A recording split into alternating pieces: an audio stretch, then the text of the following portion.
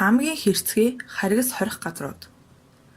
Улс орон бүрийн шоронгийн дэглэм дүрм журам нь харилцан адилгүй байдаг. Пита Карлын шорон. Оросын албаны улсад хөнгөн дэглэмтэй шорон гэж байдаггүй.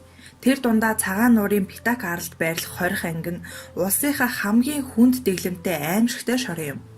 Тус хорих газар Оросын албаны улсын хойд хэсэгт оршдог бөгөөд хамгийн аюултай харгас хэрцгий гэмт хэрэгтнүүдийг хордог байна. Иймээс эдгээр хүнд гэмт хэрэгтнүүдийг хөнгөн алтай хэрэгтнүүдээс ялгах хэрэгтэй. Хоригдлууд өдөрт 11 цагийн турш албатан ажил хийдэг бөгөөд тэдгээр хоригдлууд нь ихэвчлэн ялын хугацаанаас өмнө хүнд өвчин тусаж зарим нь амиа алддаг гин. Тэрхүү шоронд орсон ямар ч ааштай хүн байсан гэсэн 3 сарын дараа гэхэд л засаршгүй авиртай харгас ширүүн итгээ болон хуурдаг. Тэд энэхүү шоронд нэг л орсон бол гарахад үнэхээр хэцүү. Гарлаа гэж бодоход эргэн орох магадлал маш өндөр байдаг. Учир нь тухайн гэмт этгээд анх орсноосоо бүр доор аимшигтай этгээд болон хуурдаг ажээ. Бүх ялтнуудыг ганц ганцаар нь тусгаарлаж өдрийн 20 буюу түүнээс дээш цагаар хордог. Жилд 2 удаа эргэлт ирүүлэхийг зөвшөөрдөг бөгөөд асар их цагийг ганцаараа өнгөрүүлсэн ялтнууд сэтгцэн эмгэгтэй болж хий юм харан орилж хашгиран галзуурх шахдаг байна. Энд өвөлдөө хасах 40 хэмийн хүйтэн байдаг нь бас хангалттай зовх шалтгаан болдог юм. Бангкогийн хорих газар. Таиландын нийслэл Бангкок хотоос хэдхэн километрийн зайд байрлах энэхүү шорон нь Аздаа л хамгийн харгист тооцогддог. Харуул хамгаалалтын хувьд асар чанга гэгддэг тул нэг л орсон бол оргон зайлах, өршөөлөж суллагдах гэсэн ойлголт үгүй. Энэ шоронд хоригдож байгаа хоригдлуудын ихэнхийг нь 25 жилийн ялтай дэлхийн өнцөг болон бүрийн хүнд гэмт хэрэгтнүүд эзэлдэг. Хэдэн ч жилийн ял авсан бай эхний 3 сар заавал хөлөндөө дөнгөтэй, гарандаа гинжтэй явна. Нийт хоригдлуудын 10 орчим хувь нь цаасруулдаг бөгөөд өвхөн үхтлээ гав гинжнээсээ салахгүй. Цаазаар ахуулах ялтай хүний хөл хоорондын дөнгөний гинжийг багасгасаар улмаар нийлэх мөчөд цаазаар авдаг байна. Өдөрт ердөө нэг аягт авсгүй будаа атга жинсэн ногоотой өгдөг тул ихэнх ялтнууд ялаа идэх хугацаагаа гүйцээлгүй шимт хижээлийн дутагдал үлсгэлэнд нэрвэгдэж амиа алддаг ажээ. Хэрвээ хоолоо нэмэгдүүлэхийг хүсвэл ажиллах шаардлагатай гин. Шоронгийн эмчийн үйлчлэгээ маш муу учраас хүнд өвчин туссан хоригдлууд нь хизээч ирэхгүй байж мэдэх эмнэлгийн тусламжийг хүлээн хүйтэн шалан дээр дарчилж байдаг. Энэ хорход маш олон хоригдлууд хоригдож байх хугацаанд учир битүүлэхээр нас орсон байдаг. Венесуелийн Ла Сабонета шорон. Венесуелийн Ла Сабонета шорон өдөр тутмын хүчирхийлэл тооноос давсан хоригдлууд, эдхийн аргагүй хоол, маш сул эмчийн үйлчлэгээ, өвчний тахалт гээд муу бүхнийг шингээсэн газар. Тус шорон маш олон хоригдлолтой төдийгүй байнга л элдв хэрэг гарч байдаг аж. Тэнхийн 700 хоригдол булчин задрах тахалт тусч 100 хоригдол нь яргаллыг дийлгүй таалал төгсч байсан үе саяхан. Энэ шоронд хоригдлуудын ам ямар ч үн цэнгүй үхэл гэдэг бол зүгээр л өдөр бүр тохиолддог энгийн үзэгдэл.